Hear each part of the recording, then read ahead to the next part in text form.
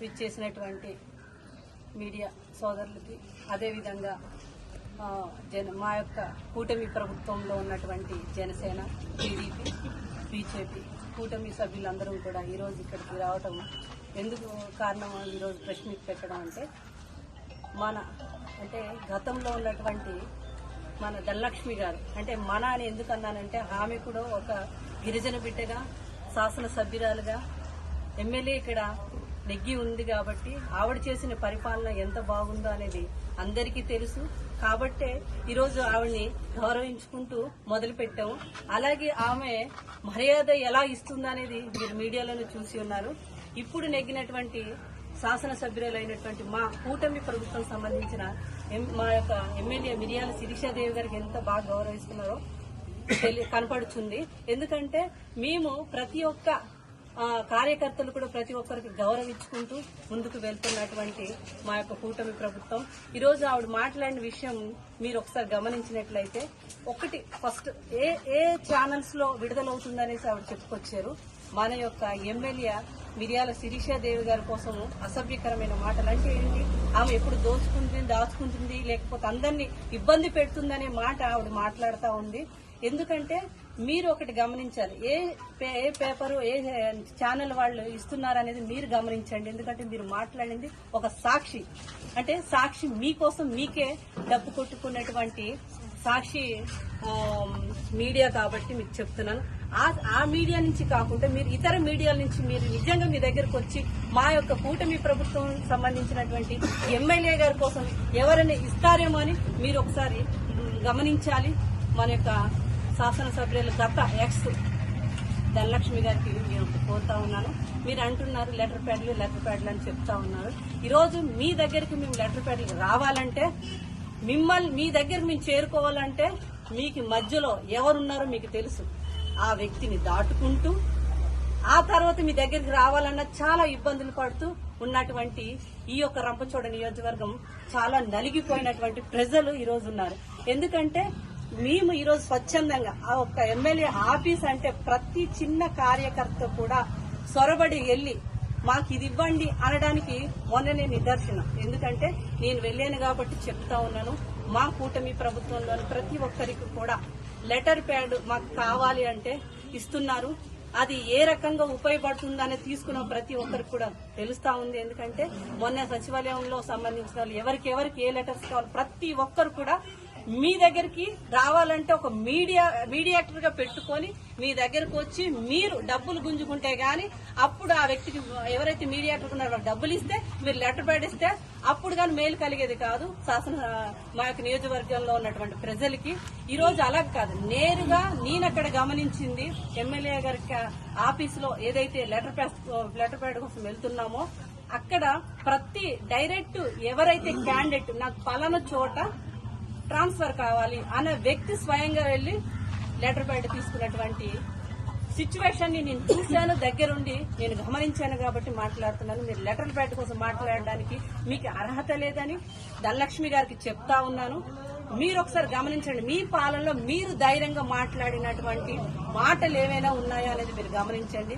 మీరు మాట్లాడాలంటే మీకు ఎవరో పర్మిషన్ ఇవ్వాలి, మీరు మాట్లాడాలి, ఏదైనా స్వచ్ఛందంగా చెప్పాలి, ప్రజలకు ఏమైనా చెయ్యాలంటే ఎవరో మీకు చెప్తే గాని మీరు మాట్లాడలేని పరిస్థితిలో ఆ రోజు ఎమ్మెల్యేగా మీరు ఉన్నారని ఒకసారి మీకు గుర్తు చేస్తా ఉన్నాను. ఎందుకంటే ప్రతి వ్యక్తి కోసం కూడా మీరు వెళ్లి అడిగితే భయపడే వాళ్లే తప్ప భయపడని వాళ్ళంటూ లేరు. ఎందుకంటే భయంతో బతికింది రంపచోడ నియోజకవర్గం. ఆ భయం నుంచి బయటపడడానికి ఈ రోజు 3 పార్టీలు కూటమిగా మీకు ఎలాగ ఇంటికి పంపించాలో మేము బుద్ధి చెప్పడం జరిగింది. మరలా మీరు అధికారంలోకి రావడం కోసము ఎలా రావాలని కారణాలు ఎత్తుక్కుంటూ రోడ్డు మీదకి వస్తున్నటువంటి పరిస్థితిలో మీరున్నారని ఒకసారి ధనలక్ష్మి గారికి గుర్తు చేస్తా ఉన్నాను. అదేవిధంగా మీరు చూస్తుంటే ఒకసారి మోసం అంటున్నారు. ఏ రకమైన మోసం చేశారనేది బయట పెట్టండి. మీ దగ్గర ఏమైనా ఎవిడెన్స్ ఉంటే బయట పెట్టండి. ప్రతిసారి ఇదిగో నా దగ్గర ఈ కాగితాలు ఉన్నాయి, ఆ కాగితాలు నీళ్లున్నాయి. మీకు నిజంగానే మా ఎమ్మెల్యే గారు మోసం చేసిన ఎవరికైనా ప్రజలకంటే ఆ వ్యక్తిని బయటికి తీసుకొచ్చి ఇదిగో ఈ రోజు ఇలాగాని మీరు వివరించిన రోజే ప్రజలు నమ్ముతారని మీకు తెలియజేస్తున్నాను. మీరు అభివృద్ధి కోసం మాట్లాడారు. ఎప్పుడు కూడా మీ పాలన అభివృద్ధి చూసుకోవాల్సి వస్తే ఏదైనాను కూడా మీ యొక్క అంటే కార్యకర్తల విషయంలో ఒకసారి ఏదైనా పథకం వచ్చిందంటే ఫస్ట్ మీ మనుషులకి మాత్రమే ప్రిపరేషన్ ఇచ్చినటువంటి పార్టీగా మీరు ముందుకెళ్లారు. ఈ రోజు అలా కాదు. ప్రతి ఒక్క కార్యకర్త అంటే వైసీపీ కాదు, టీడీపీ కాదు, బీజేపీ కాదు, జనసేన కాదు అని పార్టీలు లేకుండా విభేదాలు లేకుండా ఈ రోజు మా యొక్క ఎమ్మెల్యే మిర్యాల శిరీషాదేవి గారు ముందుకెళ్తున్నారు. ఎందుకంటే ప్రతి కార్యకర్తకి ఆవిడికి వర్తిస్తుంది అంటే ఇవ్వండి అనే చెప్పిన మాటే గాని ఇవ్వద్దనే చెప్పినటువంటి మాట అనేది లేదు. మీ దగ్గర అలా కాదు. ఆ వ్యక్తికి ఇవ్వాలంటే ఫస్ట్ మీ లోకల్లో ఒక నాయకత్వాన్ని మీరు పెట్టుకుంటూ ఉంటారు. ఆ నాయకత్వం అతని దగ్గరికి వెళ్లి మీరు మాట్లాడితేనే ఆయన మా కార్యకర్త అయితే మీరు ఇవ్వండి అనేటువంటి రోజులు మీ దగ్గర ఉన్నాయి. ఎంతో మందికి ఇబ్బంది పెట్టారు, ఎంతో మందికి మీరు ఈ రోజు నష్టాన్ని పెట్టారు. ఇక్కడికక్కడికి ట్రాన్స్ఫర్లు చేయడం జరిగింది. వినని ప్రతి ఒక్క ఉద్యోగానికి మీరు ఈ ప్రాంతానికి ఆ ప్రాంతానికి ట్రాన్స్ఫర్ చేసి వాళ్ళని మీ వైపు తిప్పుకున్నంత వరకు వాళ్ళకి ఇబ్బంది పెట్టినటువంటి ప్రభుత్వంలో మీరు పనిచేశారు ఆ రోజు. కాబట్టి ప్రజలు ఈ రోజు ఎప్పటికీ నేనే ఉండాలి, నేనే పాలన చెయ్యాలని మీ పక్కన ఉన్నటువంటి వ్యక్తులు ఎవరైతే ఉన్నారో ముందుకు తీసుకెళ్లాలనుకున్నారు. కానీ ఈ రోజు కూటమి ప్రభుత్వం అవన్నిటికీ చెక్ పెట్టి ముందుకు తీసుకెళ్లడానికి మిమ్మల్ని ఓడించి ఈరోజు మా యొక్క 3 జెండాలు ఎన్డీఏ కూటమి ఎజెండాను ఎగిరించడం జరిగింది.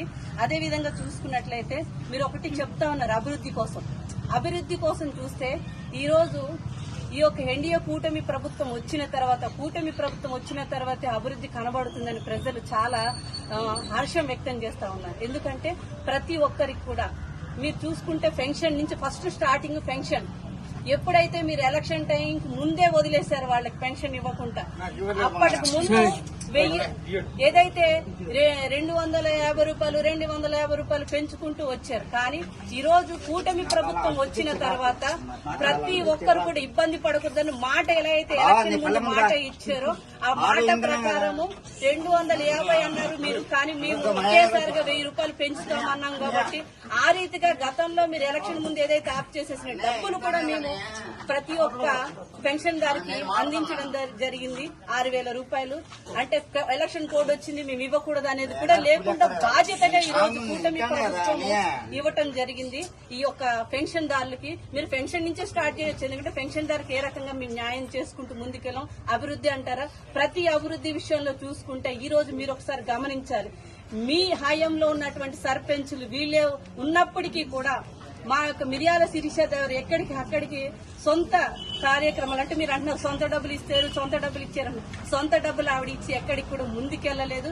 అధికారులతో చెప్పి ఎక్కడ అభివృద్ధి చేయాలో చెప్తూ ముందుకు తీసుకెళ్తా ఉన్నారు. అందుకే ప్రజలు ప్రతి ఒక్కరు కూడా వ్యతిరేకతగా మీరు మాట్లాడుతున్నప్పుడు మీకు బుద్ధి చెప్పడానికి ప్రతి ఒక్క కూటమి ప్రభుత్వం ముందుకొచ్చి ప్రతి దగ్గర మీకు ఖండిస్తా ముందుకు తీసుకెళ్తా ఉన్నాము. మీరు అభివృద్ధి విషయంలో మాట్లాడితే మీకు మాట్లాడే అర్హతే లేదని మేము చెప్తా ఉన్నాము. మీరు గడప గడపకి ప్రోగ్రాంకి వెళ్లి చేసినటువంటి అభివృద్ధి కోసం చెప్పుకోవడానికి ప్రజలు మీకు చెప్పుతో కొట్టడానికి ముందుకు వచ్చినటువంటి రోజులు మీకు ఆ ప్రభుత్వంలో జరిగినాయి. కాబట్టి ఈ ప్రభుత్వంలో మేము ప్రతిదీ కూడా ఏ రకమైన అభివృద్ధి చేస్తున్నాం ఒకటిగా మీరు అప్పులు చేసి వెళ్ళిపోతే ఆ అప్పుల్ని కూటమి ప్రభుత్వాన్ని కూర్చుకుంటూ ముందుకు తీసుకెళ్తుంది. ప్రతి ఒక్కటి కూడా మేము ఎప్పుడు ఇస్తామన్నాము ఒకటి ఇచ్చుకుంటూ నెరవేర్చుకుంటూ అభివృద్ధి కార్యక్రమాలు ముందుకు వెళ్తూ ఉన్నాము. ఎక్కడ కూడా ఎవరు ఇబ్బంది పడినటువంటి దాఖలు లేదు. కావాలనుకుంటే ఈవెన్ మీరే వైసీపీ అంటున్నారు. మీ వైసీపీ కార్యకర్తలకు అడిగినా కూడా ఈరోజు చెప్పడానికి ముందున్నారని మీకు కంఠముక్తంగా తెలియజేస్తూ మా అభివృద్ధి పైన మా కూటమి ప్రభుత్వం అభివృద్ధి పైన గాని మా కూటమి ప్రభుత్వం పైన గాని మా యొక్క శాసనసభ్యురాలు ఎమ్మెల్యే శిరీషాదేవి గారి పట్ల గాని మీరు ఏదైనా మాట్లాడినట్లయితే ఒకసారి మీరు వెనక్కి చూసుకొని మాట్లాడాలని ధనలక్ష్మి గారి కోసం మీకు ముఖ్య కంఠంగా తెలియజేస్తూ ఉన్నాము. కానీ మీరు ఒకటే గుర్తుంచుకోండి, ఈ రోజు బయటకు వచ్చి మాట్లాడుతున్నారు అంటే చాలా సంతోషంగా ఉంది. కానీ కూటమి ప్రభుత్వంలో బురద జల్లే మాటలు మాట్లాడకండి. ఇప్పుడైనా మీరు మాట్లాడడం నేర్చుకున్నారని నేను హ్యాపీగా ఫీల్ అవుతున్నాను. ఎందుకంటే టీచర్ గా ఉన్నారు మీరు, అదేవిధంగా టీచర్ గా పనిచేస్తూ ఒక శాసనసభ్యురాలుగా మీరు పోటీ చేస్తే నెగ్గినటువంటి ఒక గిరిజన బిడ్డ. కానీ మీరు ఒకసారి సంస్కారం అనేది నేర్చుకోండి. మీకు ఎవరు నేర్పుతున్నారో తెలీదు. మీ పక్కనున్నటువంటి సంస్కారహితమైన కలిగినటువంటి మనుషులు మీరు నేర్పుతుంటే మీరు మాట్లాడుతున్నారేమో ఒకసారి గుర్తు చేసుకొని మంచిగా మాట్లాడితే బాగుంటుందని మేము కూటమి ప్రభుత్వం మరొకసారి మీకు మర్యాద ఇస్తూ మీకు ఈ మాటల్లో తెలియజేస్తా ఉన్నాం. కాబట్టి ఖండిస్తున్నాం. కాబట్టి మీరు ఒకసారి గమనించాలని ధనలక్ష్మి గారిని కోరుకుంటూ సెలవు తీసుకుంటున్నాం.